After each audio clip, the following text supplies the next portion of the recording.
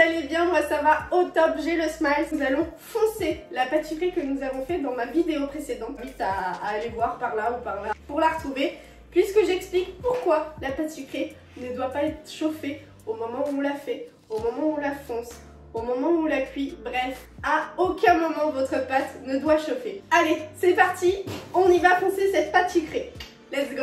Pour ce fonçage, il vous faudra de la farine, un cercle en inox perforé, un cercle classique ou en porte-pièce 2 cm plus large que votre premier cercle, un couteau d'office, un rouleau pour étaler bien sûr votre pâte sucrée. Si vous souhaitez faire des tartelettes, je vous conseille également des cercles perforés en inox de 8 cm de diamètre par 2 cm de hauteur, toujours chez Cuisine Shop. Également cette boîte de découpoir qui est ultra pratique pour choisir le bon diamètre en fonction de vos cercles ou autres. Vous pouvez voir, ma pâte est déjà étalée de 3 mm à peu près, pas plus. Je vais pouvoir l'emporte-piécer avec mon plus grand cercle.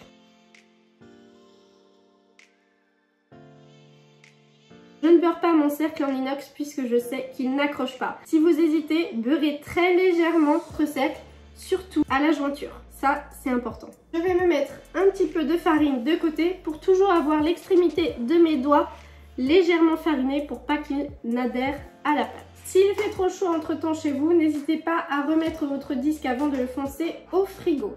Positionnez-le bien au centre de parts égales de chaque côté de votre cercle. On va pincer légèrement la pâte pour la redescendre contre le cercle. Je la descends. Si vous voulez vous aider, vous pouvez ramener un petit peu votre pâte à l'intérieur pour que ça soit beaucoup plus fluide pour vous. Je vais venir tasser comme ceci. J'exagère pour bien que vous compreniez le geste. Pas de coup d'ongle, on enlève les faux ongles les filles. On vient vraiment descendre. Vous collez bien à votre cercle. Et on fait descendre petit à petit. C'est important de bien faire descendre votre pâte pour créer un angle en base. Sinon, on va avoir un côté arrondi et c'est pas ce qu'on souhaite. Vous voyez, je pince et je fais descendre en même temps.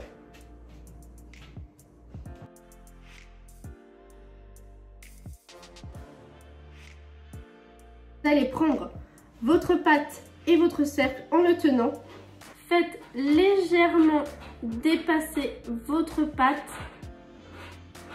de votre cercle de façon à ce que quand je le repose, ça crée tout un angle. Ne levez pas votre cercle à 15 cm de votre plan de travail, ça ne sert à rien. Ça va s'affaisser, ça va se déchirer. Farinez en dessous pour faciliter votre pâte sucrée à se déplacer. Le principal est de travailler votre pâte froide. N'hésitez pas à la remettre au frigo entre-temps avec votre cercle pour ne pas la chauffer et ne pas vous créer de difficultés. Une fois que vous êtes ici, vous avez eu votre fonçage. Prenez votre couteau, vous partez du début de votre lame sur le cercle vers la pointe en déchirant.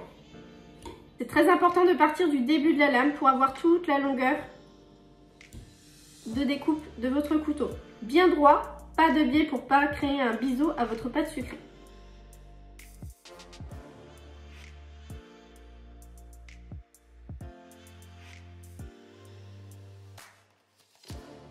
Ma pâte épouse complètement les rebords du cercle, ce qui permet à votre pâte de ne pas s'affaisser lors de la cuisson, entre autres.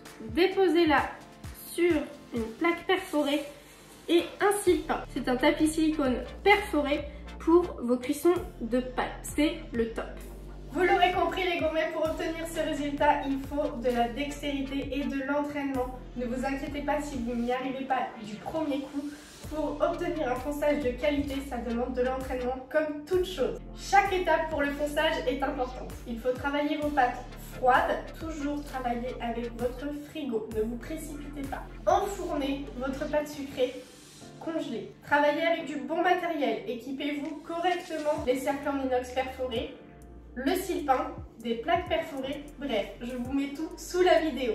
Et voilà les gourmets, cette vidéo est terminée, j'espère qu'elle vous a plu. J'espère vous avoir montré au mieux la technique de fonçage classique qui est demandée à tout examen et à toute personne en entreprise.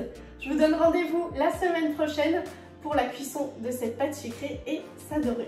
Ciao, à la prochaine. Hey, tcha tcha tcha tcha, est-ce que ça tient? Oui, wouh. Ne vous inquiétez pas sur les vidéos, j'ai une petite coupure. Je fais rentrer l'accusé de cette blessure. Guapa, c'est cette bête qui m'a fait cette petite blessure. Non, non, non, non, non, non, non. Mais bon, je l'aime quand même. Oui, c'est bon, c'est bon. Ne vous inquiétez pas, c'est que de l'amour et elle n'a pas fait exprès. N'est-ce pas, Guapa? Voilà. Ça, c'est l'interaction que j'ai avec mon chien. Viens, mon bébé. Oh, mon bébé. Ouh.